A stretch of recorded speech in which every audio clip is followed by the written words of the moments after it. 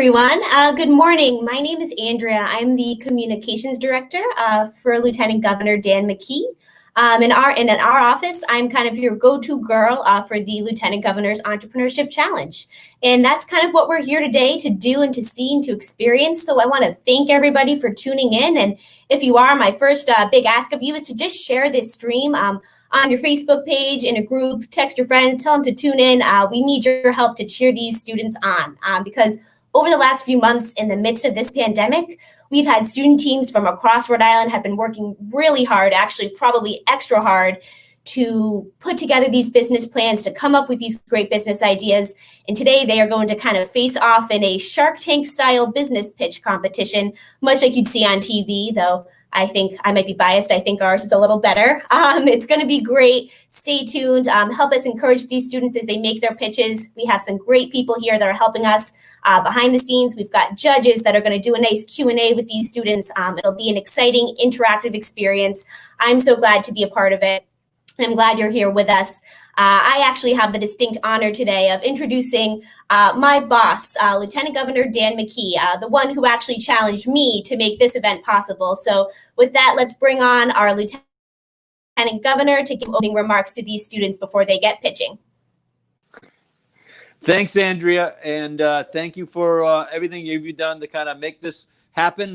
This is our third annual Lieutenant Governor's Entrepreneur Challenge, but it's our first time doing it virtually because we want to keep everybody safe, but we also want to make sure that we highlight our our great young entrepreneurs in the state of Rhode Island, our high school students, and they can compete for $14,000 of scholarship money today. That's really exciting, and especially during this time frame of uncertainty in our economy, that's going to be very helpful to these students. And I want to thank, just like Andrea said, thank everybody who's listening in right now. Please share this out. I mean, I think that we want to do right. Let our entrepreneurs, young entrepreneurs, shine. Make sure that they do. And I want to thank our sponsors for this event with the credit unions of Rhode Island, and Ron McLean will be here tonight and today, and from the Cooperative Credit Union Association, and of course we have Dr. Daycare with Mary Ann Showcross.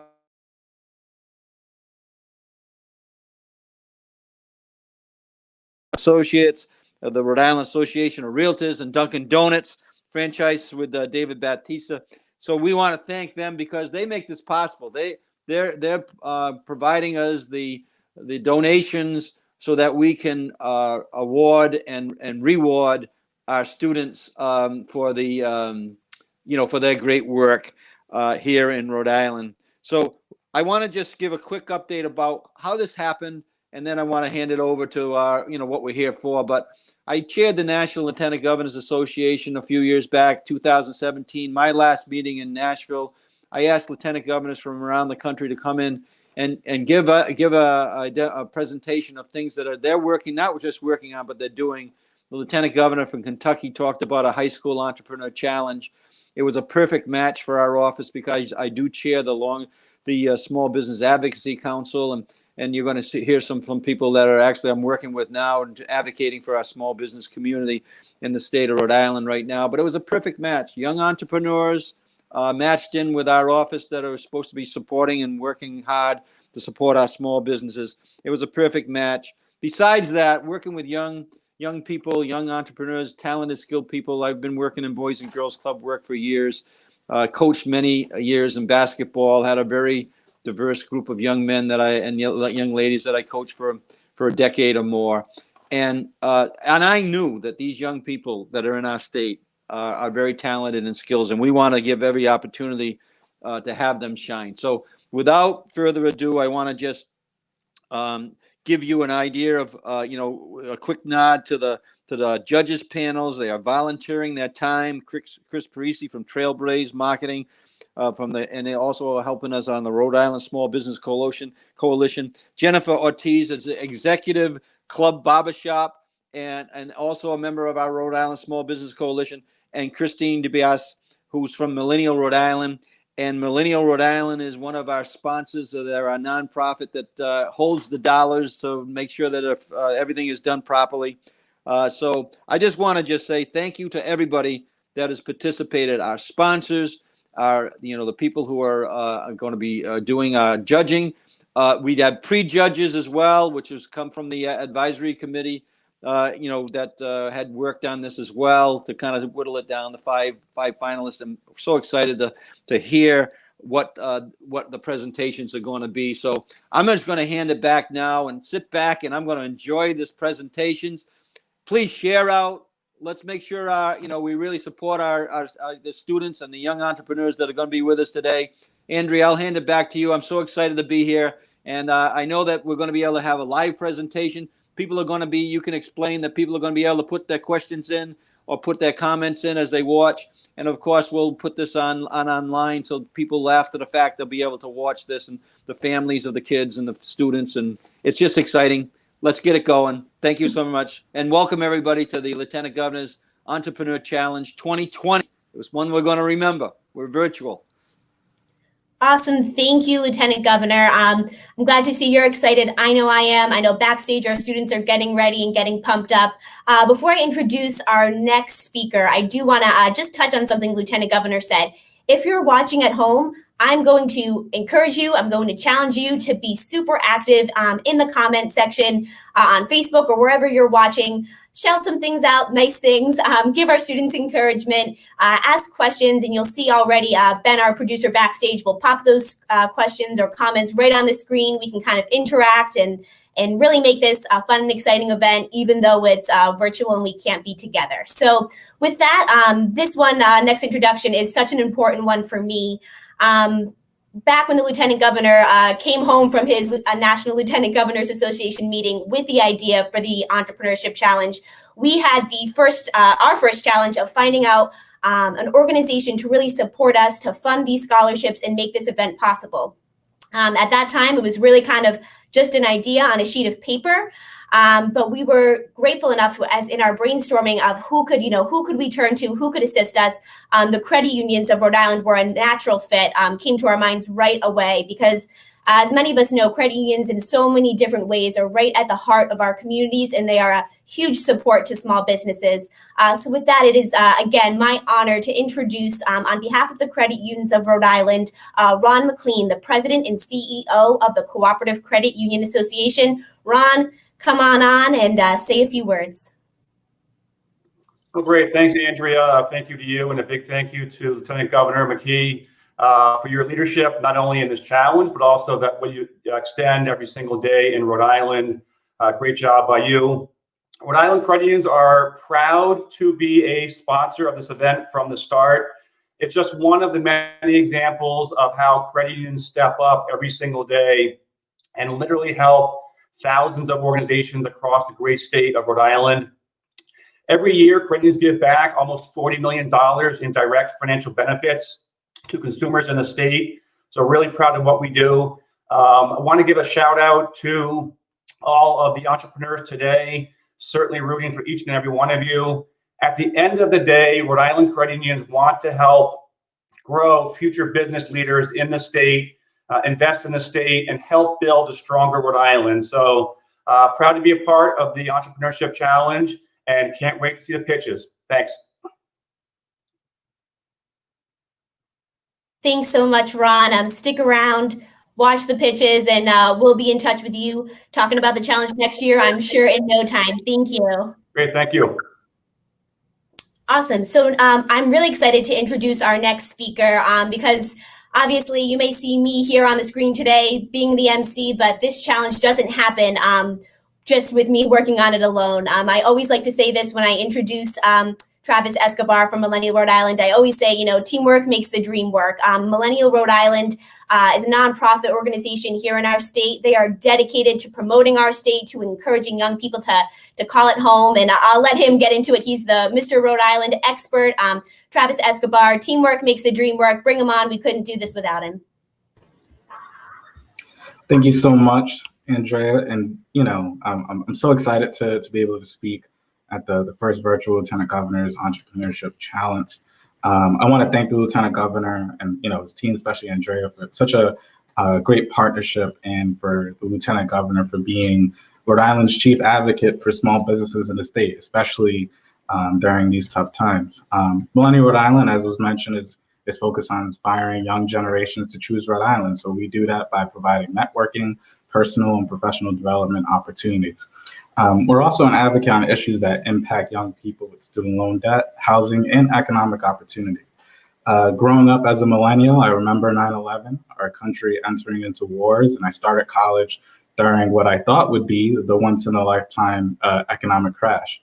And for our young participants today, which, this is what it's all about, you're all going through, quite frankly, so much more. And the future has never felt more uncertain than today. But I want to say on behalf of Millennial Rhode Island that we're proud of you, and you are an inspiration to our state. Our comeback in the state is reliant on entrepreneurship and young generations deciding to invest here. No matter the result today, I encourage you to keep going. Continue to remember your purpose. Our country and our state will get through these tough times, and you'll be sharing with our kids and our mentees how during a pandemic you participated in an entrepreneurship challenge. So if there's anything that Millennial Rhode Island or myself can do to amplify your businesses that are starting out, or just your stay here in Rhode Island, always feel free to reach out, and we'd love to be a connection. So thank you so much, and I'm excited to hear the pitches for today. Awesome. Thank you so much, Travis. I'll let Travis hop off the screen. He's a busy guy, but I just want to thank not only Travis, but the entire team at Millennial Rhode Island. I mean, they completely volunteer their time. They help me behind the scenes. They help us get these scholarship funds to our entrepreneurs as fast as possible. Cannot thank them enough. They just love Rhode Island, and we love them for their partnership. So next, finally, highly anticipated, we are going to reveal our judges panel this year. No Mark Cuban, but I can assure you that these entrepreneurs they're inspiring. They're both business owners and individuals who have significant experience working with small businesses in the state. They're going to be kind of doing Q&As with our participants throughout the show. They're excited. Let's go ahead and bring them on to introduce themselves. Come on, guys. Awesome. Hi, guys. Thanks so much for being here. I'm going to kick it over to Chris Parisi, our friend from Trailblaze Marketing and the Rhode Island Small Business Coalition. Chris, just go ahead, introduce yourself to all the viewers and our student participants. Thank you, Andrea. Thank you, Lieutenant Governor, and we're really excited to be part of this. My name is Chris Parisi. I am the founder and president of Trailblaze Marketing. We're an agency here in downtown Providence, and I've been a young entrepreneur for all my life, but now with this challenge, I feel kind of old, which is exciting, and we're excited for that. I'm also on the board of Millennial RI. I'm also one of the co-founders of Rhode Island Small Business Coalition. So this is something that is right up my alley that I'm really excited to do, and really excited to hear these exciting pitches from the young entrepreneurs. So with all that, I'll toss it off to Christine, our fellow Millennial RI board member. Hi, everyone. As Chris just mentioned, I am also on the board of Millennial Rhode Island. I am also an attorney in Rhode Island, helping small businesses and entrepreneurs. This is actually my third time being a judge in this event, and I'm always super excited to be a part of it. And thank the Lieutenant Governor and Andrea for continuously inviting me to be a part of it. I'm excited to hear all the pitches and wish everyone good luck. Awesome. Jennifer, you next. Hi, thank you. Well, if you guys feel old, I'm too old to be a millennial. So, well, I'm Jennifer Ortiz. I am Executive Cuts in downtown Providence. I've known since I was 8 years old that I wanted to be an entrepreneur. My uncle just gifted me a beautiful poster that we hung in the front door. And it's very simple. It's my whole story. And it says, once upon a time, there was a girl who really wanted to open a barbershop. It was me, the end. And I found it very touching. I've been in business for 16 years, and it's pretty much my whole story. I've been downtown for 23 years, and I'm honored to be a judge today. Awesome. Well, thank you guys so much. Again, for those of you watching at home, these guys are volunteering their time today. 100%. We couldn't do this without them. We're excited. They are a good crew. I can't wait to hear their questions for our students. With that, let's, I think, drum roll, because I think we're ready to introduce our first contestant. So judges, we'll see you in just a bit. Awesome. Okay, so this is the moment we've all been waiting for. Enough of hearing from me. Let's hear from some of these young entrepreneurs. Our first contestant today is Gabriella Furtado from Barrington High School, and her business is called Gabby's Cookies and Bakes. Let's bring Gabriella on for her pitch. Good luck. Good morning. My name is Gabriella Furtado, and starting when I was little, I have had the love of food, not just eating it, which is equally as amazing, but I also have the passion of cooking it. I'm Portuguese, so we have been surrounded by food since day one, course after course, meal after meal. Therefore, I am presenting Gabby's Cakes and Bakes, which would be located in Barrington, Rhode Island, and I'm just so excited to share my ideas and passion with you guys.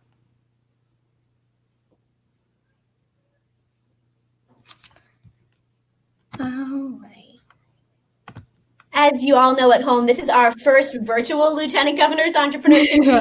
We're going to get Gabby all set up to share her screen. I can tell you, while she's working on that, I actually had the chance to read Gabriella's business plan, and you should all at home just prepare to get a little hungry because her ideas for cakes and bakes are really good. Gabriella, I think we're going to have Ben. Ben, can you hop on and see if we can make Gabriella's presentation just pop up? Sure. I apologize for the 5-year-old in the background. So, so Gabby, are you? Can you share your screen? Yeah, do you want me to share it? I'll share it right now. Okay, sounds great. Are we good? Perfect. Oh, nope. All right. Awesome. So, actually, I'm gonna go ahead. You shared the wrong part, so I'm just gonna go ahead and share my screen instead. Okay. Because I have your presentation all ready to go. So there is one slide that might be an issue, but that's okay. We will take it from here. Just guide me where you want. All right. Awesome. So I am Gabby. I already explained that, but here's Gabby's Cakes and Bakes. All right. So the next slide. A little bit about the bakery industry is that it generates more than $30 billion each year, which is a great statistic for bakeries. To know a little bit about the bakery industry, we kind of break it into two parts. There's the retail bakery and then the commercial. The retail bakeries are smaller. They have less money, less variety of products, less employees, while the commercial bakeries do have the more money to expand and all of that. The industry is supposed to grow at 1% in the next decade, and this is due to relevant trends. To address a threat and a competition right ahead of the game and everything, a threat that any bakery would face is health-conscious people. And I plan to tackle that by substituting mini desserts into my menu. I've had experience with mini desserts, and it's not a big change. They're low calorie, low sugar, and all that, so that will attract the health-conscious people in. My competition would be any local bakery, either retail or commercial, but I plan to set myself apart from all of them by having special parts in my bakery, which I'll explain in the next slides. So the next slide is why would customers come to me instead of a commercial, more well-known bakery? So I went to classes at Johnson & Wales University for cooking and baking. So I got to learn and train alongside many well-known chefs and well-known chefs from bordering states. Almost everyone knows them. It was a great experience to gain technique from them. Also, I will have a cupcake bar. So a cupcake bar is where there's a special of my bakery dedicated where there's going to be a glass wall, and behind the glass wall, you'll be able to see your cupcake being filled, frosted, and decorated. This is going to leave the customer with a lasting memory, which will hopefully bring them back. Also, I will focus on a customer contact and building a personal connection with them. I think this is so important because to build a loyal customer, you need to have a personal connection with them. All right, the next slide kind of is a little bit about my target market. So my target market is the working class families. Almost 80% of Barrington's population consists of working families. And then the next slide will be about the analysis. The analysis I discovered is that they'll pay more for value. So example for my cupcakes, I have a gourmet and a traditional cupcake. My gourmet cupcakes have a more complex filling, frosting, and decoration, which will give them more as a product. Also, I'm going to have quick and personal customer service. That's kind of a no-brainer right there. I'm planning on having 1 or 2 other employees, but mostly it's going to be me. So we're just going to make sure that the customers are happy when they come in. They're often on social media, so many millennials, the new generation, are always on social media, which is kind of great to market and everything. So I plan on marketing on Instagram and Facebook, and I also have a website. If I have time and later, I will show it to you guys. Also, personal touches make your business unique. My family owns the Oliver Day School in East Providence. So I have been around kids since day one, and I plan in my bakery to have a small portion of it dedicated to kids with coloring books. They can read, all of that. So it shows the families that I value every single one of them. The next slide is about my market size. It just shows that it's growing each year, which is a great statistic. The next slide kind of talks about my social and environmental responsibility. So I'm planning on using recycled and eco-friendly cake and pastry boxes. So they're going to be packaged with my logo as a sticker. And then the next slide is what I'm going to be packaging them as individually. So it's just going to be the white bags. So finally, the next slide is talking about a little about money. So, oh, not yet. Sorry, my bad. I'm jumping there. My pandemic. So even just thinking about the pandemic, I want to tackle it already because that's going to be a question. So those pictures are my favorite pictures because they're of me. And I think that even if the world stops, we need to find a way around it. So I plan on packaging my gloves and masks, and then also having extra in cleaning and disinfecting to make sure everything's clean in my bakery, and also individually packing the desserts. The next slide should be talking about money. So I'm asking about $10,000, which is about half the average business loan, about the average. And then also my overhead costs are about $4,808. My startup costs are about $4,200, and I'm planning on investing $2,000.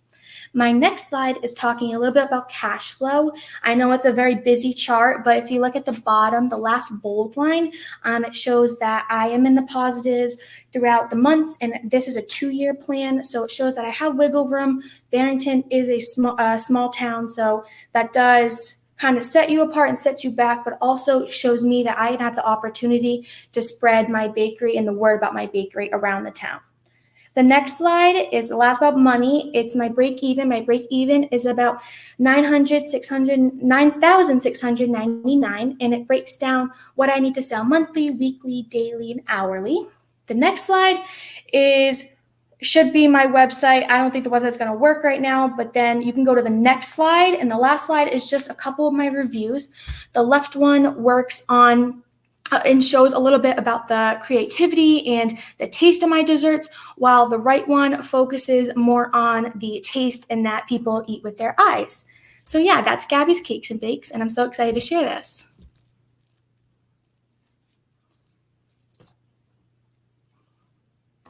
Awesome. Thank you so much, Gabriella. Thank you for being you were actually our first ever pitch on the first ever virtual Lieutenant Governor. I know, I'm excited. We're kind of getting in there and making the pitch. That was great. Let's go ahead and bring on our judges and see what kind of questions and feedback they have for you. All right. Great job, Gabby. Yeah. Thank you. I'm actually just moved to Barrington, so hopefully I can try some of your delicious baked goods. That's awesome. Yeah. One question that I had, I'll just start off quick, is the slides were kind of going through quickly, Yeah. but how many, the slide where we were talking about how much you have to sell in order to be breaking even. Yes. What did that look like? So you can just share with the audience and with the judges, how many baked goods would you have to sell? So it broke down by product of how many I would have to sell. So I divided it by product, and I have, I believe, around 10 products there. It does look 1 to 2 product each hour, and then it kind of breaks down and goes. And I believe around monthly of all the products together, I believe it's around 200 products I would have to sell monthly. And my last question before I toss it over is, do you have plans for a retail physical location, or is this all going to be online? So starting off, because of the money aspect and renting and during the pandemic and everything, I believe I will start off online and having my website. My website. Sorry, I can't talk right now. My website is already ready to get launched and everything. So that is just a click of a button, and that's fine. My daycare that my family owns also has a state licensed kitchen, so I can use that to bake because we can't like bake out of the home kitchen and everything. So I believe it will start online, and then hopefully it will grow to be a physical store. Makes sense. Great job, Gabby. Thank you. Yeah, great job, Gabriella. This isn't easy to do, especially. You're muted, Christine. Oh, I'm muted. Can you hear me now? You're good. Okay, Yeah. that was weird. It wasn't muted on my end. I was just saying, great job, Gabriella. That's not easy to do. Especially No, we being still virtual. can't hear you, Christine. Oh, you can't. I think it's you, Jennifer, if you want to. Okay. We can hear her. So Gabby, I actually I compare making cakes a lot with hairdressing. I made cakes a little bit on the side just for fun. So Yeah. did you cook a lot during the pandemic? Oh, of course. Trying to make do with some quarantine parties and all of that. So we kind of worked with that, but then also just having my family with me it was dangerous at some times. I would have loved to be quarantined with you. Have you sold any cakes yet to family? Any sales? Yeah, well, already? I haven't marketed them. I haven't had them pay for them, but I have had family and friends come to me and ask for cakes. I think the biggest cake I've ever done, I think, was 4 tiers. They do get big. It's not like just the 1 tier basic. I'm kind of wide variety. If you come to me and ask me what I want to do or what you want, I'm totally flexible. And I haven't sold them yet, but people do come to me to ask. Okay, great. Christine, are you? Yeah. I think everyone can hear me. Jennifer, it might be on your end. So if you can't hear me, I apologize. Yep. Yeah, okay. It is Jennifer, Christine. You're fine. Okay. So I was just saying earlier, this isn't easy to do. So congratulations on a great pitch. I like that you shared your story in the beginning. I come from an Italian family, so I'm also surrounded by food constantly. Oh, yeah. So I love that your passion for food comes through your family, and being in Rhode Island, we're a foodie state, and it's great that you're trying to contribute to that economy. And I liked that you also touched on the pandemic, and that you're trying to be forward thinking and trying to make your model address that and try to differentiate yourself from other bakeries in that respect. My question was also the same one as Jennifer about have you sold any yet? So you just answered that. That's great that you're already getting people wanting your baked goods. Yeah. I may have missed it, but what is the cost of your cupcakes or your individual product? There's the 2 different types of cupcake, the gourmet and the traditional. The traditional, I believe, is around $2, and the gourmet is $4 because it has the more ingredients and complex components. Okay, great. And what are how many do you know how many bakeries are in Barrington right now, or that you would be competing with? Currently there's only one. It's Vienna Bakery, and I did the little comparison of looking at their menu and looking at mine and the price difference. So I did go with the ingredients, how much it's going to cost for the ingredients, and then price it, but then also comparing with the bakery. I think it's a great opportunity because there's only one bakery, and they have a very not a wide variety of products. It's more of a limited. Okay, great. Well, it's great that you did that research.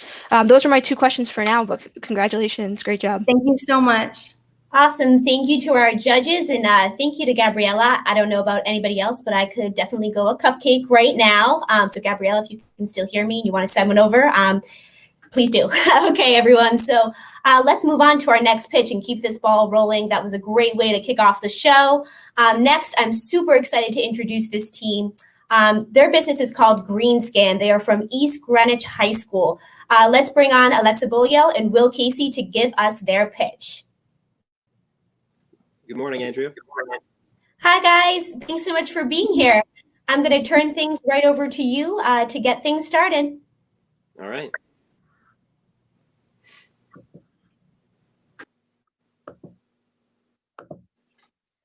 Recycling contamination. Not very well known, but definitely a prevalent issue in today's world. Recycling contamination is already causing many issues for people across the globe. It causes landfills to need to throw out entire shipments of recycling because people just don't care or don't know how to recycle items properly. Our solution to this issue is GreenScan.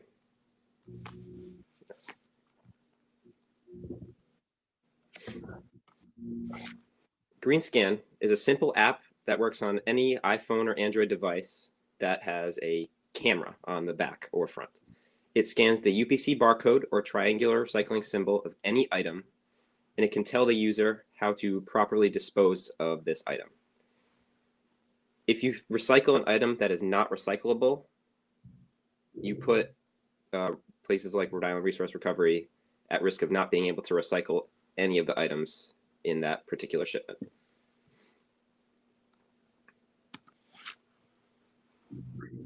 So GreenScan has identified incentives to encourage users to engage with our app, such as our recycling report. Similar to the National Grid Neighbor Comparison Report, our recycling report will show the impact of recycling and how the user's recycling compares with that of other users. The top 20% of users who recycle consistently and correctly will receive Green Swag, which consists of branded water bottles, reusable bags, and travel mugs. GreenScan's mission is to help the environment, so GreenScan will also be donating a percentage of revenue to Rhode Island organizations committed to recycling. This will also provide more of an incentive for people to want to buy our subscription because it shows how GreenScan is committed to improving Rhode Island and the planet. We would also like to work with the Rhode Island Resource Recovery Center, among other partnerships. Rhode Island Resource Recovery works to educate people on recycling and proper waste disposal. The other organizations above share a common passion to make the earth a greener place. Thus, we think that these partnerships would be mutually beneficial. The green tech and sustainability industry is currently valued at $8.7 billion. We believe that we can make a huge impact on this industry, as it's already expected to grow to $28.9 billion by 2024, at a compound annual growth rate of 27.1%. In this industry, we do have strengths, weaknesses, opportunities, and threats, as exemplified in our SWOT analysis. One of our main strengths is that we are geared at trying to be more environmentally friendly, which is definitely a big issue in today's world, given the effects of climate change that we're already starting to see in everyday life. For a weakness is apathy towards recycling, meaning people just would not care. But we would like to use that apathy as an opportunity to teach people about how important it actually is to try and recycle and help save the earth. Our research has indicated that regardless of age demographic, people are committed to eco-friendly products. That said, we plan to initially target the Gen Z and Millennials demographics because Gen Z and Millennials have a tendency to be more environmentally conscious. Additionally, we are promoting our app mainly through social media, and Gen Z and Millennials use social media more than the other demographics. With GreenScan's founders being a part of the Gen Z age demographic, we relate more to this age demographic, allowing us to better understand how to promote our product. In order to reach our primary target market, millennials and members of Gen Z, we have chosen social media as our main platform of marketing. Social media is an effective way to reach these demographics because 88% of millennials say that they use social media as their main source of news and current events. Additionally, investing in social media advertising is our initial startup cost, so the money spent on each platform can be adjusted based on success with each platform and also with conversion. During our first 12 months, we're expecting 2% organic growth month over month, with increased growth in April, specifically around Earth Day, and November, which is Climate Change Awareness Month. We're projecting $15,000 in first year sales, with 115 subscribers at $9.99 per month for our subscription. Our main startup costs will be our rent costs for our building, which we're going to be renting in North Kingstown, as a co-sharing space. We will be renting server space from Amazon for about $1,000. And we'll be working with J2 Design to help, in which they will help us provide the green swag, in quotations. We're projecting to break even by our second or third year in operation. So, who's ready to help Saving Rhode Island one scan at a time?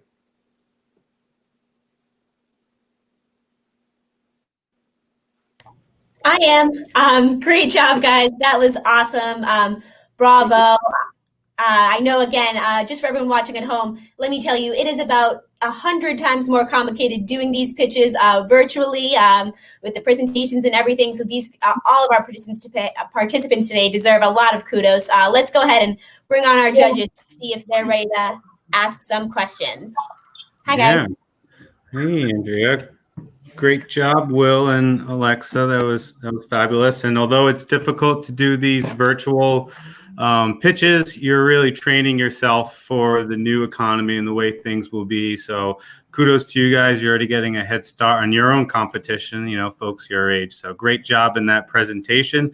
I loved how you were really thinking about projections and cash flow and break-even points. You used words like conversions, which as a marketing guy, that was great to hear that you're cognizant that you can optimize your ads based on what the conversions are. So that's great. The question that I have is why, right? So what I mean by that is, why would someone spend $10 a month to do something that would take them a little bit more effort than normal? The cost is something that's not set in stone, but saving the Earth is crucial. We've only got one Earth. And unless Elon Musk can get people on Mars, this is the only planet we've got. So people need to realize that they need to take recycling very seriously. And we're hoping that they will turn to our app and subscription to educate themselves about how to properly recycle and make the operations easier for places like Rhode Island Resource Recovery.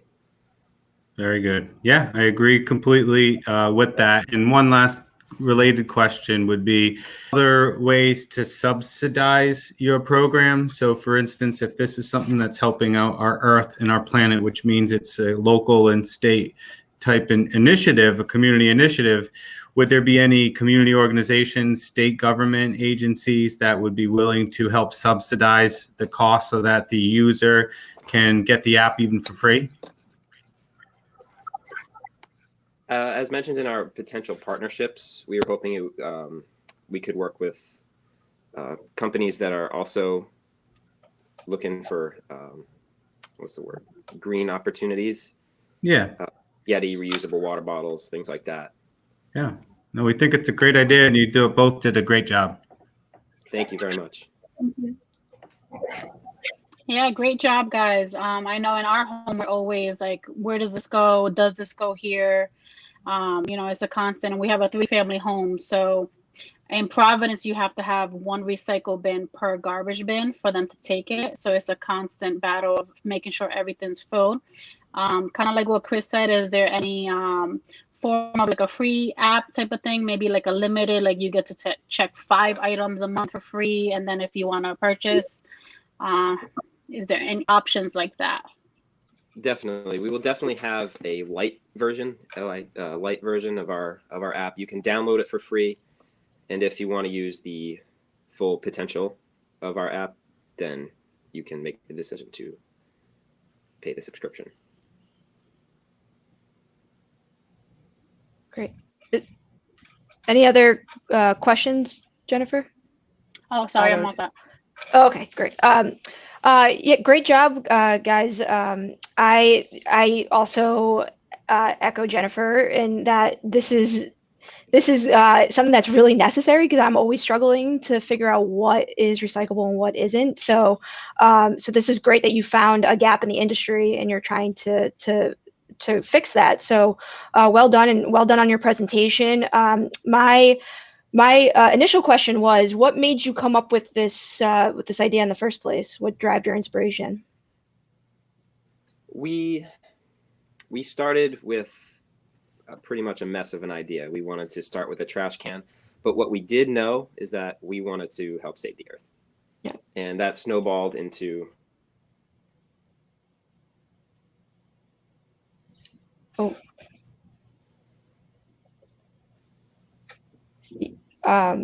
Oh, great. Well, yeah, and it's a hugely important issue. So that's yeah, I commend you for taking on this initiative. Have you looked into is anyone else doing anything similar to this? we have no direct competitors. There are some indirect competitors, such as Eugene, and there is one other recycle bin company that helps you like scan an item after you're throwing it in the trash. But Okay. the versatility of our app, because it's on any smartphone, which is in the hands of everybody, and doesn't Right. cost $20 for scanning technology, we think that we will be able to beat them fairly easily. Yeah. Be much more accessible to others. Yeah, fantastic. Well, those are my questions for today. Great job. Awesome. Thank you, judges. Thank you, Team Greenscan. I'll tell you guys watching at home, this is impressive. I mean, the plans that these students have put together are well beyond anything I could do. So kudos again to them. I want us to keep cheering them on from home. So if you're watching, remember to put some comments in the comment section. Tell these kids how great they're doing, how impressive they are, and we'll put those up on the screen for them to see while they're presenting. So let's keep this show going. So far, so good, I would say. Our next team I'm very excited for. We have Seaweed Inferno coming to us from Situate High School. So now I'd like to introduce Megan Amsden, who is the girl behind Seaweed Inferno. Hi, Hello. Megan. Good to have you here. I'm going to go right ahead and turn things over to you to get this presentation started. Good luck. Thank you. My project is Seaweed Inferno. I am from Situate High School. My inspiration started about 2 years ago. We were walking along the beach in Maine, and we saw this red invasive seaweed everywhere. And it wasn't very appealing to the eye, and it was unpleasant to step in or swim in. So I started wondering, what could I do with this? So I decided to come up with these fire starters. And at first, we didn't really know what we were doing. And so we ended more with a fire deterrent because we used beeswax. But here you can see, like, we tested out different ratios and different ways of production to see what would work best. Eventually, we came to the final product, which is the seaweed with a paraffin wax binder, which worked a lot better. It burned for 10 minutes, which is about half as much. It's about double the amount of our competitors, or at least ones that I researched.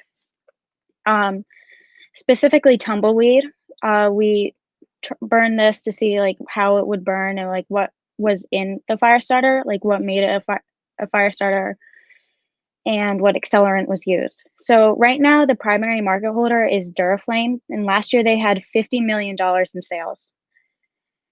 So other brands, though, they may use compressed sawdust, vegetable or plant wax, coffee grounds, and other renewable resources. But nobody has used seaweed before in fire starters. So our startup cost would be about $116,000, with the cost of goods would be 29 cents per unit. And we are hoping to have an annual sales of about 892,000.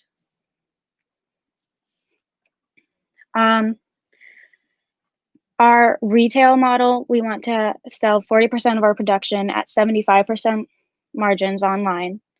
And then for our wholesale, 60% of production at 50% margins.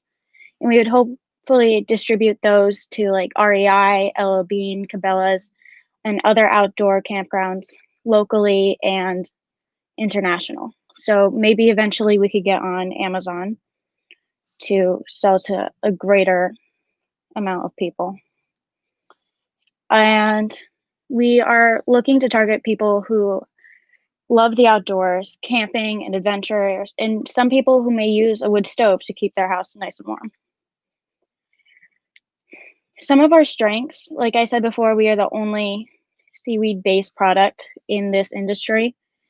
We have an immediate and direct positive environmental impact. So the invasive seaweed is right now affecting marine life, and it is hugely detrimental to indigenous seaweeds and indigenous life. So by taking away the seaweed, we are making it better for the animals and the species that already live there.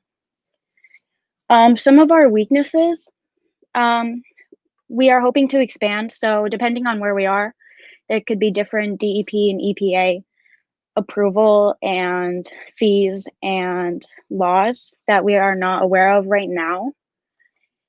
And wherever we move to, we have to get new facilities, new warehouses so that we can actually like make the products. Some of our opportunities though is seaweed can be used in large amounts of different markets. So we can use it for like beauty markets or like plastic alternatives. And countries, if they invest, would also have the opportunity to receive carbon credits, which can help the environment even more. We also have the potential to be paid by the town to take away the seaweed, because right now they are paying large amounts to municipalities to take the seaweed away so that they can increase tourism. And some of our threats is that this is easily replicated and other companies can just jump in and take a hold of the market. There's also obviously fees and taxes, harvesting costs, and equipment expenses. And that's about it. Any questions?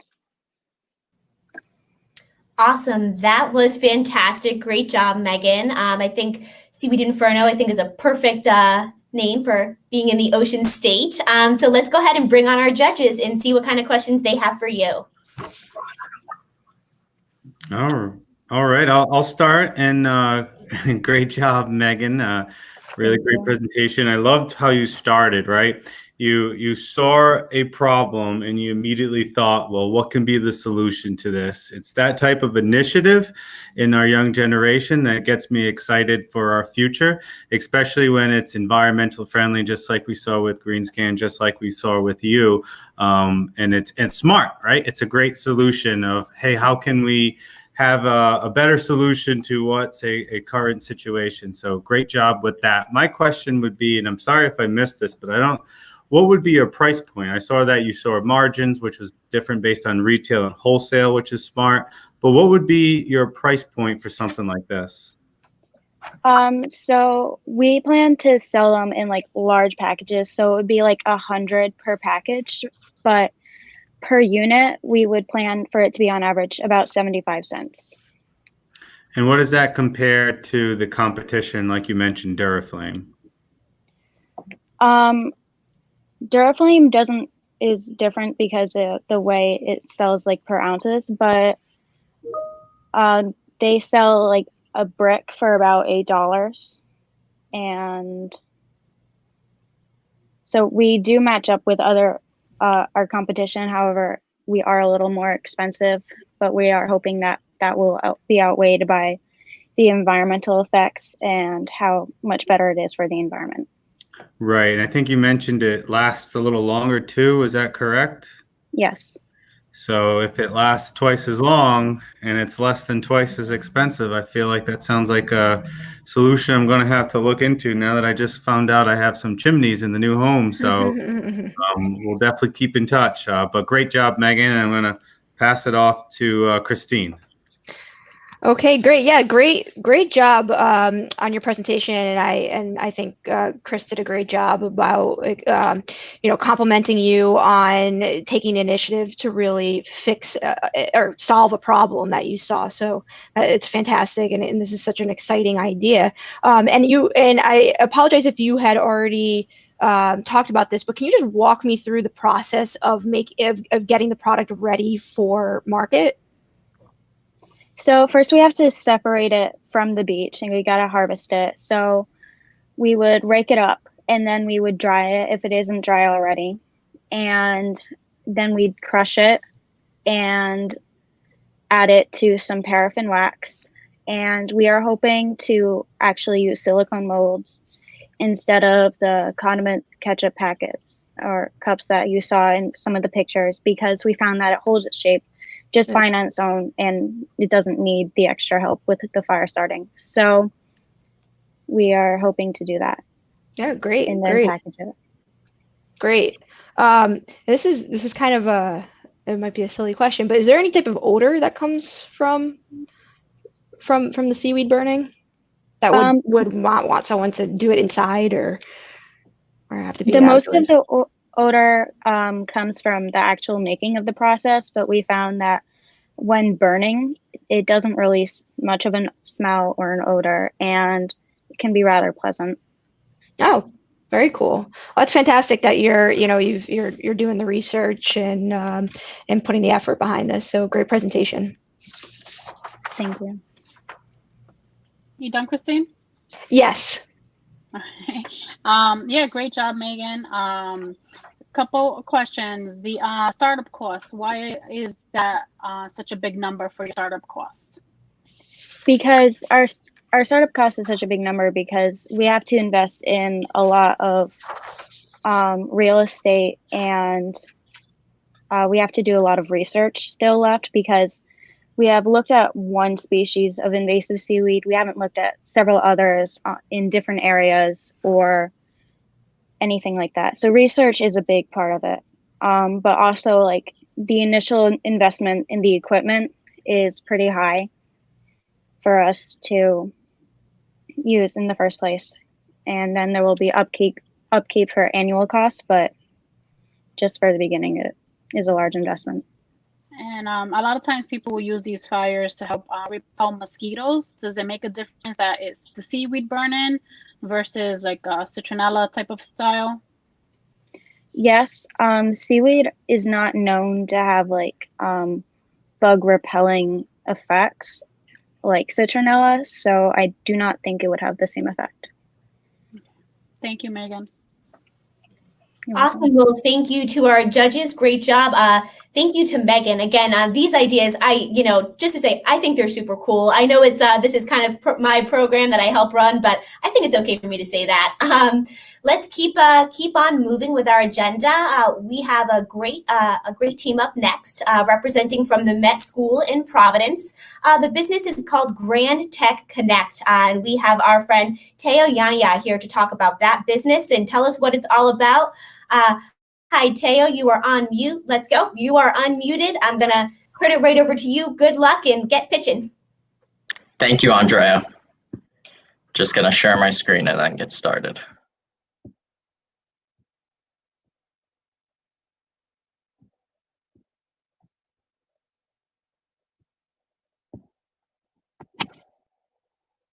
All right.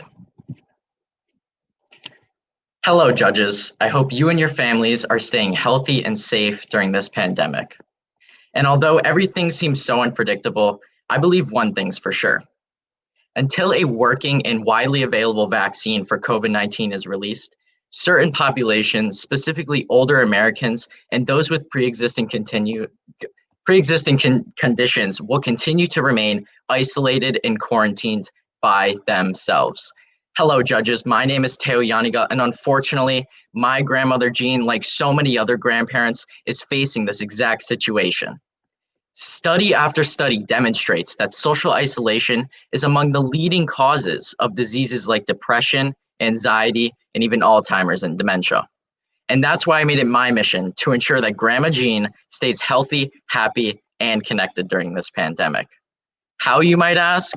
By launching Grand Tech, where I made it my mission to patiently teach Grandma Jean to use connectivity platforms so she never miss out on a family moment. At Grand Tech, we make it our mission to teach all grandparents how to virtually connect with family and friends on platforms like FaceTime, Facebook Messenger, Skype, and Zoom. We coach our clients one-on-one and over the phone, tailoring learning goals to meet their individual needs, skills, and motivations. This style of coaching was developed with our target market directly in mind. Our target market is grandparents who are ages 60 plus that have access to technology, disposable income, and ideally reside in assisted living communities. And due to age and underlying medical conditions, are being forced to self-isolate, making them highly motivated to learn and use connectivity platforms. Our secondary target market are parents, ages 30 to 55. They're the busy professionals that lack either time or patience to teach technology to their elders and prefer the ease and convenience of a service like GrandTech. To connect with these potential markets, GrandTech has 4 key marketing strategies. First, we're going to build relationships with assisted living facilities where our target market concentrates. Then we're going to raise awareness of our coaching services through community newsletters, bulletin boards, and advertisements. Second, we're going to share our story of helping grandparents staying connected during COVID-19 in local journals, newspapers, and magazines, all of which grandparents still love to read. Next, we're going to deploy a direct mailing campaign that targets grandparents who are living in assisted living communities and have a pre-existing health condition, therefore are more likely to be self-isolating. And finally, we're going to offer refer a friend discounts and share customer testimonials in all of our marketing literature. And while GrandTech certainly has competition, we believe that focusing on connectivity platforms, targeting isolated grandparents, and offering patient intergenerational coaching clearly sets us apart from the competition. Our closest direct competitor is Teen Years, a New Mexico-based business employing tech-savvy teens to train seniors with technology. The key difference between GrandTech and Teen Years is that we offer our coaching over the phone, while Teen Years relies on in-person meetups that require costly transportation, travel time, and the possibility of spreading COVID-19. Other direct competitors are the tech support counters, like the Apple Genius Bar. Now, while this can be a good option for customers trying to troubleshoot, coaching seniors isn't about fixing a problem. Instead, it's about working towards understanding and mastering platforms. Our indirect competitors are the DIY methods, like Technology for Dummies, YouTube tutorials, or simply asking a friend or a family member. But when a qualified grand technician is just one phone call away, why settle? Now let's talk numbers. Our unit of sale is our 1 60-minute coaching session, which we sell for $39.99. Our only variable cost is labor at $18 an hour, which means GrandTech generates a contribution margin of $22. And we only have to sell 9 units each month to break even in order to cover our $185 in fixed expenses, which includes our phone, internet, and marketing bills. With 2 years experience coaching my Grandma Jean one-on-one, I've developed the knowledge and temperament needed to coach others. I'm proficient in nearly all mainstream connectivity platforms. I've completed 3 certificate courses at the college level and have a strong passion for social psychology and human connection. So judges, you may be wondering where we're at and where we're planning to go. We're excited to share that GrandTech has already developed protocols for FaceTime, Facebook Messenger, and Skype, and we're finalizing our coaching guide for Zoom. We're already working with 3 clients to refine our coaching methods so that in the future, we'll be able to recruit, train, and hire a team of grand technicians to help scale our operation. And while I'm disappointed that we couldn't meet in person, I'm proud that connectivity platforms like this one are able to connect us in these difficult times. So if you or someone you know could benefit from GrandTech, hold your iPhone camera over the QR code to fill out a session form, or simply send us an email or text to schedule an introductory phone call today. Thank you, judges.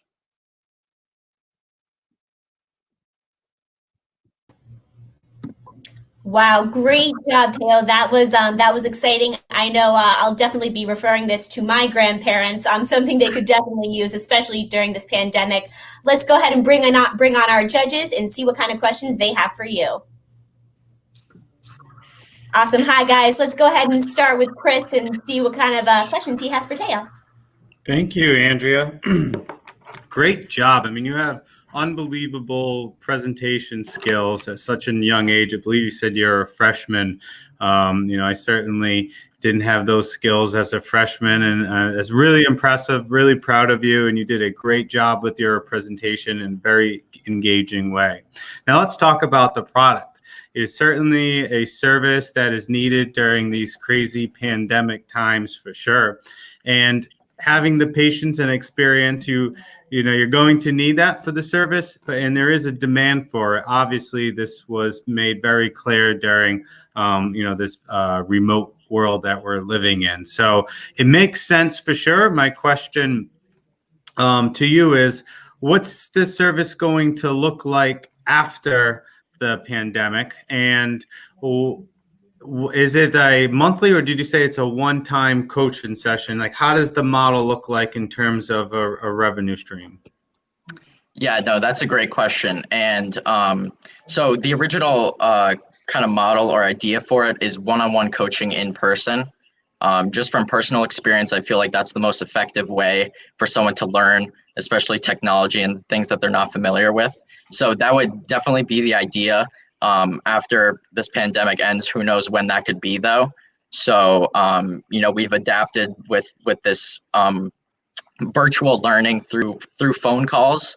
It was kind of an idea, and it's kind of the best way to do it, because basically our demographic and target market, they're already used to doing phone calls. They kind of know how to do that. So we're utilizing a piece of technology that they're already comfortable with to then teach them something they're not. So to answer the question, though, the idea would be to do them one-on-one in person, but obviously that's not feasible right now. So we're sticking to the phone calls. Does that answer your question? Sure. Yes. Great job. And what about the question about the business model in terms of a pricing structure? Is that a one-time coaching cost, or is it an ongoing monthly? What does that look like? Yeah, so currently it's a one-on-one session. That's kind of the service for now. 1 hour for now. We've only done the EOU on that, and we kind of figured that was the best way to do it because obviously everyone's going to learn at a different pace. So maybe for someone it may only take one session, but for someone else it could take many sessions. So that's how we're doing it on a session-by-session basis. Great, thank you. We'll pass it off to Jennifer. Great job, Taylor. That was a great presentation. My grandmother, 89 years old, we got her an iPhone a couple years ago, so she can FaceTime, but that's about it. And last month, I taught her how to text message, so I could have used you for that. That definitely takes a lot of patience to teach them. So now my question is, what about if they don't speak English, like my grandmother? Do you offer any other languages? Because that would be a huge market. Yes, for sure. We've received this comment a lot, and it's something I'm constantly thinking about, especially in a time like this with everything going on regarding race and inequality.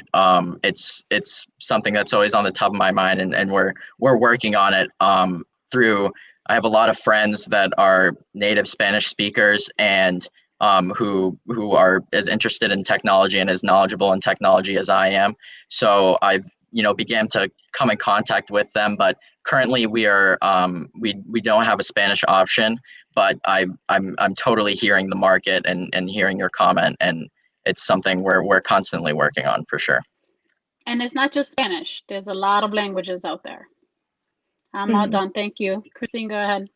Thank you. Thank you. Teo, incredible presentation. You really showed your passion for this, and you were clear and concise and clearly well beyond your years. And I really enjoyed your presentation. I think you should really give yourself a pat on the back for it. And I also, similar to Jennifer, I try to teach my grandmother how to use House Party when we were in quarantine, and it took a while. So this is certainly something that I think folks will utilize and find this exciting and a great resource for them. So great job identifying a gap in the industry and wanting to help. I know you touched on this a little bit during your presentation, but can you walk me through again how you're going to sell this product to this generation? How do you reach them? Yeah, no, that's a great question, and it's something that I try to address in the presentation a lot. Try to be really thorough with how we're going to market it, because it's difficult in a day and age where so much marketing is done through social media or online, and my target market and demographic, they're not online as much as millennials or anyone else. So the marketing is definitely gonna have to be more kind of in person through flyers, kind of starting local and just spreading word of mouth through friends, grandparents, friends, parents, to just spread it around, and also the direct mailing campaign to targeted grandparents that we want to focus on assisted living communities because our target market is just concentrated there, and as well as people with pre-existing health conditions, because they're so isolated right now, and it's a scary time, and making them even more vulnerable to the effects of loneliness and isolation. So the direct mailing campaign, flyers, things like that, where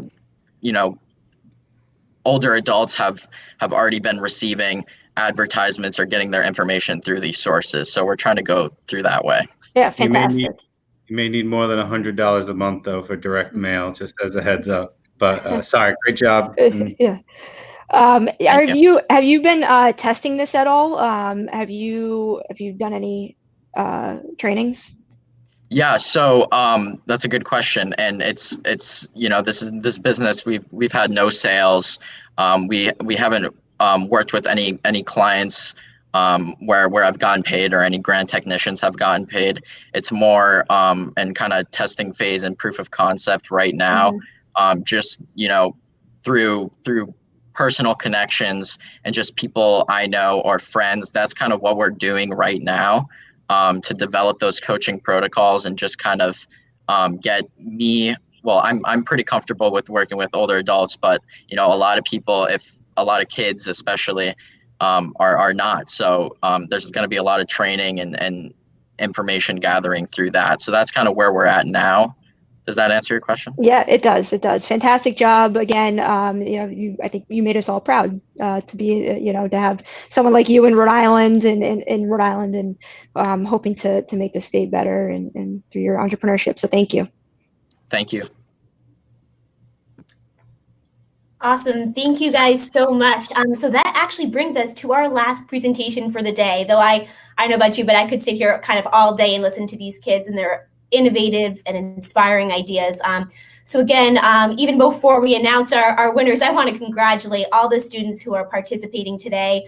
Again, I cannot stress enough how difficult it is to kind of coordinate so many things while trying to give a business pitch, not just your speaking and your presentation, but now with our virtual platform, your Wi-Fi connection. Are you looking okay on the camera? How's your lighting? So for those of you watching at home, please know these students have put so much time and effort, and that is why we are so grateful that you tuned in today for the 2020 Lieutenant Governor's Entrepreneurship Challenge. I just want to take one more minute to thank you so much to our sponsors. The Credit Unions of Rhode Island are our lead sponsor for this event for 3 years now. We look forward to working with them in the future. We also have Dr. Daycare Learning Center, Massey and Associates, Dunkin' Donuts, the Rhode Island Association of Realtors, who all stepped up as members of our local business community to support this program. And of course, I'd be remiss if I did not thank our partner, Millennial Rhode Island, who helps us kind of keep this program going year after year. So thank you to all our sponsors. You've helped us make this event possible. You at home, you've helped us make this event possible. Really, I could not be more grateful on behalf of Lieutenant Governor and our entire office. What we're doing now, in case any of you are wondering, is we have our judges deliberating behind the scenes, talking about these pitches, listening to kind of each other's feedback, and then we will be back very shortly with the final results on the scholarship funds that will be awarded to these students to use to help further their education, take post-secondary classes, and really prepare to get out there and start their businesses. And we hope they'll do that right here in Rhode Island. And we look forward to kind of partnering with them in every step of the way until they get there. So we do have a special feature coming up next. I'm not sure if we're quite ready for it.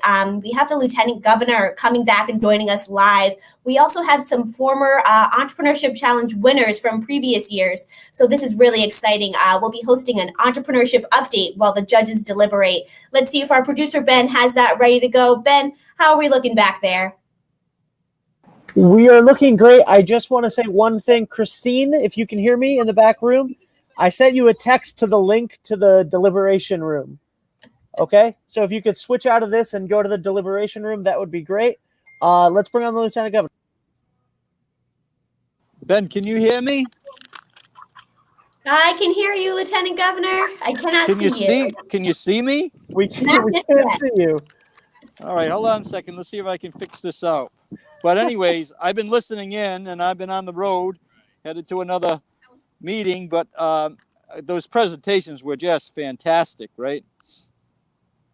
They were, Lieutenant Governor. I'll tell you, every year I think these pitches get better and better. And I think one of the main concerns we had kind of doing this virtually, we were like, is it going to come across as well? Is it going to be as exciting? Will it be as interactive? And I think on all those metrics, we knocked it out of the park, and it was all thanks to those students. So just popping on the screen right now, we have two of our former Entrepreneurship Challenge winners, a blast from the past, if you will. So what we want to do now is we kind of just want to check in with them. We want to see how things are going. Hi, Lieutenant Governor. We can now see you. You can see me. Good. So, Lieutenant Governor, he's here and our participants are here. I'm actually going to go check in right ahead with Sri. Sri, introduce yourself to our audience at home. Tell us your business, what's been going on since you won the challenge. We can't wait to hear from you. Yeah, so I'm Sri. I participated in the first Lieutenant Governor Entrepreneurship Challenge. So I'm working on Bharati, which is essentially we build virtual environments for people to practice speaking in public. And we have definitely pivoted a lot since the competition, because before we were going to be like recording audiences and have people like presenting in them and help them with like public speaking anxiety. But now we've actually use software to build these environments and have like audiences react to how you're presenting and give feedback on how to improve your presentation. But yeah, since then I've joined Babson College, and I was in their summer accelerator program over the summer, which has been really nice.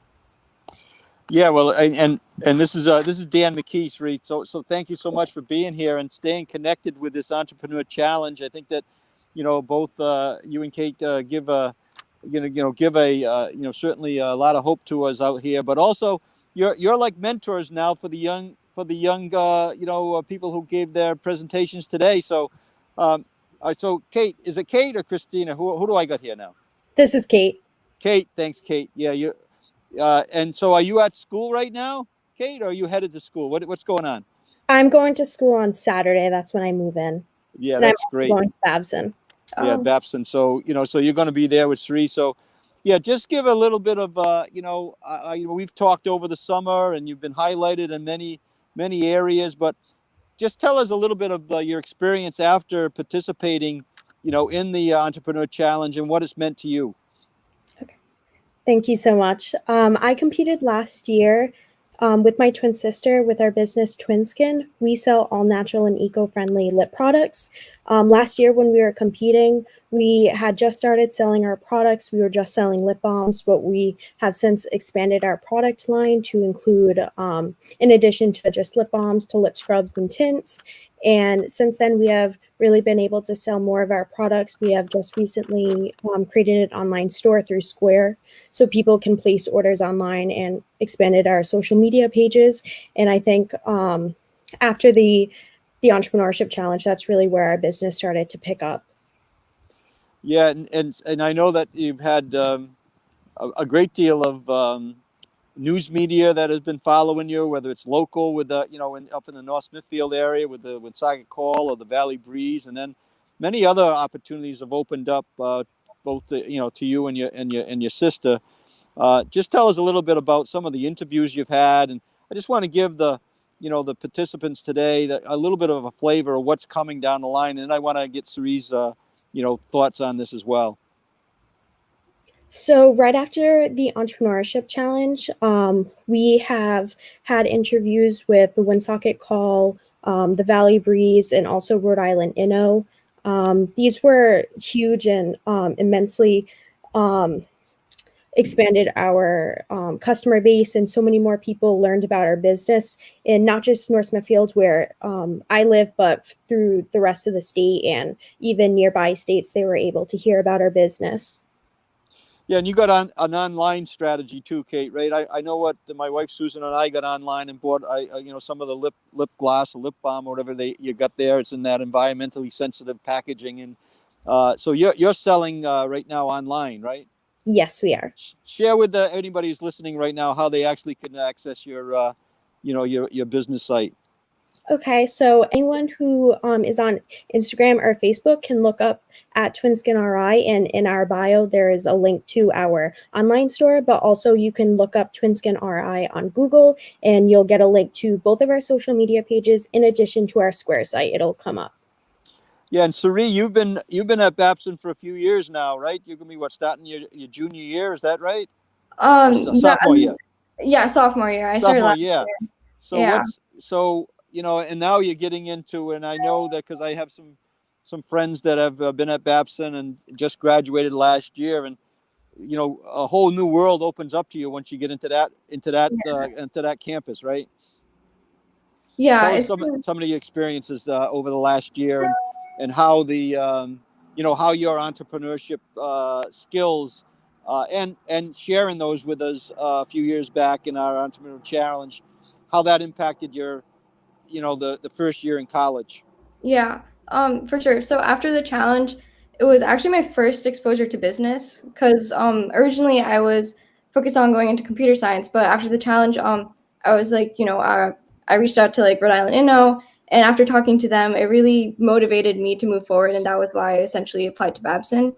And because of that, I was able to through these streams, I got a lot of mentorship and guidance, and at Babson, they provide a lot of that to you, especially since they're so entrepreneurship focused. So I actually joined a living community on campus called eTower, and it's basically 21 entrepreneurs, and the Blank Center, which is our entrepreneurship center at Babson, works one-on-one with us, and it's been really great for us to because there's a lot of aspects that go into entrepreneurship, and at Babson, they've been teaching us a lot and moving forward.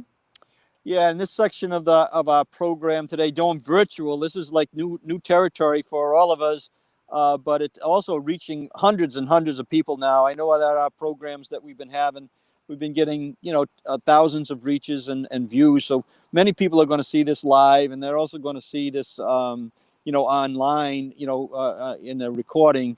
But our credit unions of Rhode Island are bringing this segment forward, and you received some scholarship money as a result of your competition, and tell us a little bit about that. I think that I sent you a note this past, as you ended your first semester, and that's what Kate's going to be receiving when she, finalizes her first semester. But tell us what that meant to you when you received the little note from me, and also a check. I'm sure that came to good use. Yeah, I got it last semester, and the note was it made me really happy. And so we deposited it, and it went directly into my Babson account, which was nice and helped a lot with kind of tuition.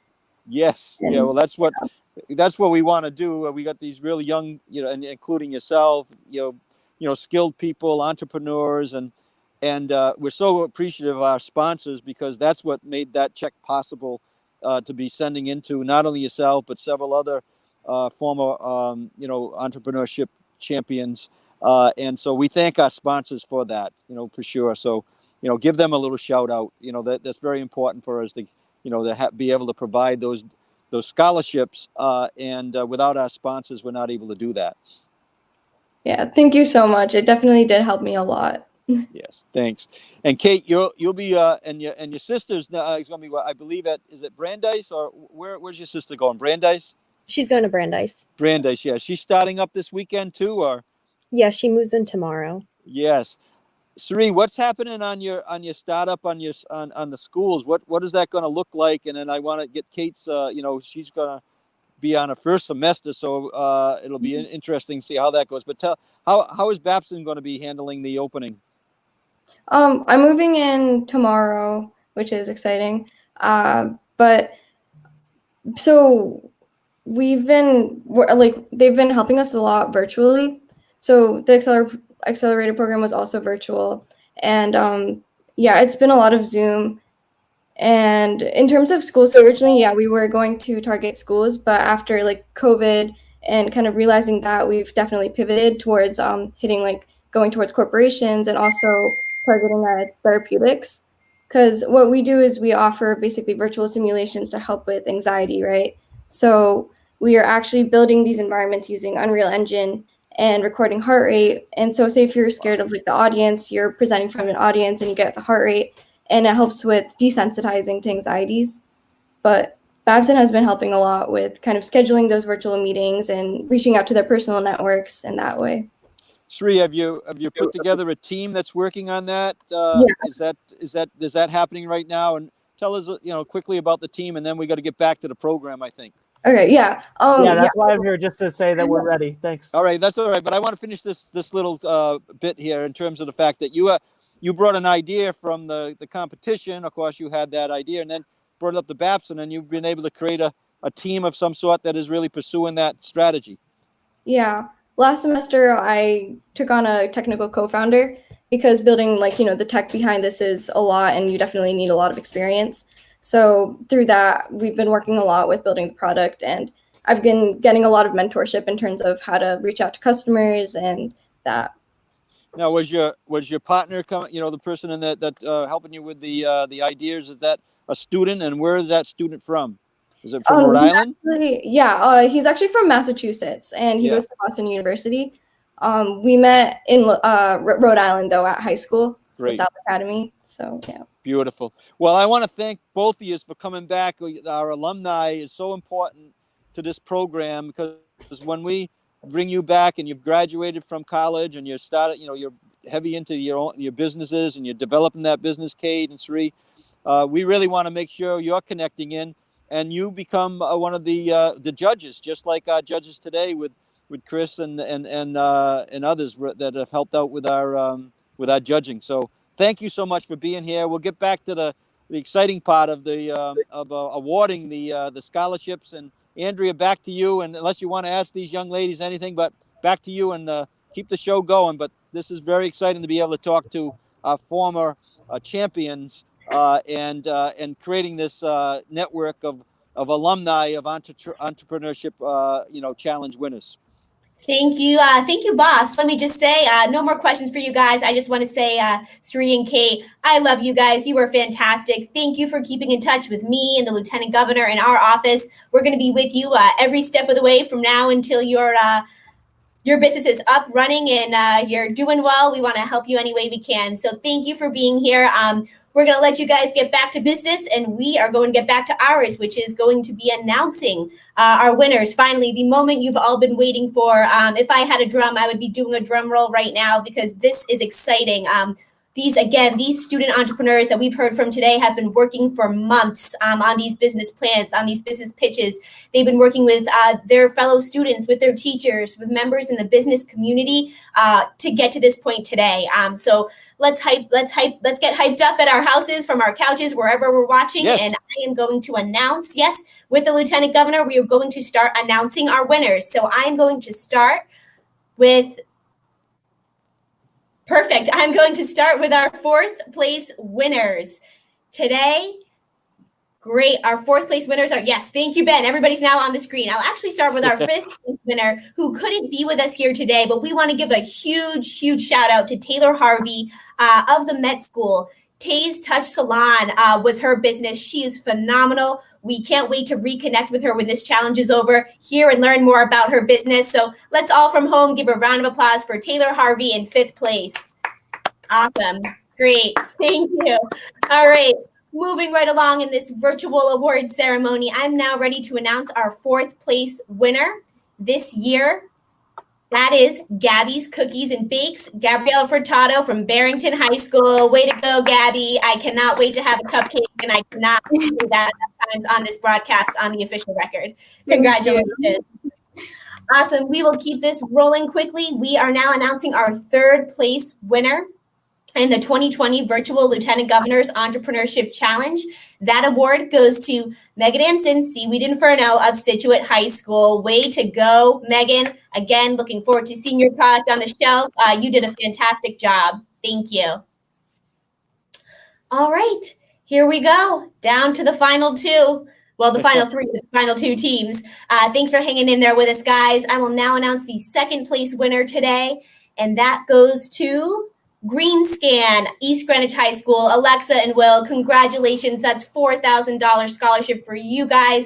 We are so proud. We are so impressed. Thank you. Yes, let's applaud. There's a few of us to applaud, but we'll just clap harder. That's right. You guys deserve it. Thank you so much. Thank you. And now, well, Teo, it's just the three of us. So I am so proud on behalf of the Lieutenant Governor and myself to announce that you are the first place winner in the 2020 Virtual Lieutenant Governor's Entrepreneurship Challenge, taking home a $5,000 scholarship from the Credit Unions of Rhode Island. That your business, again, for everybody watching at home, that was Grand Tech Connect. Teo is from the Met School, and we are just so proud of you. Thank you for being a part of this, and congratulations.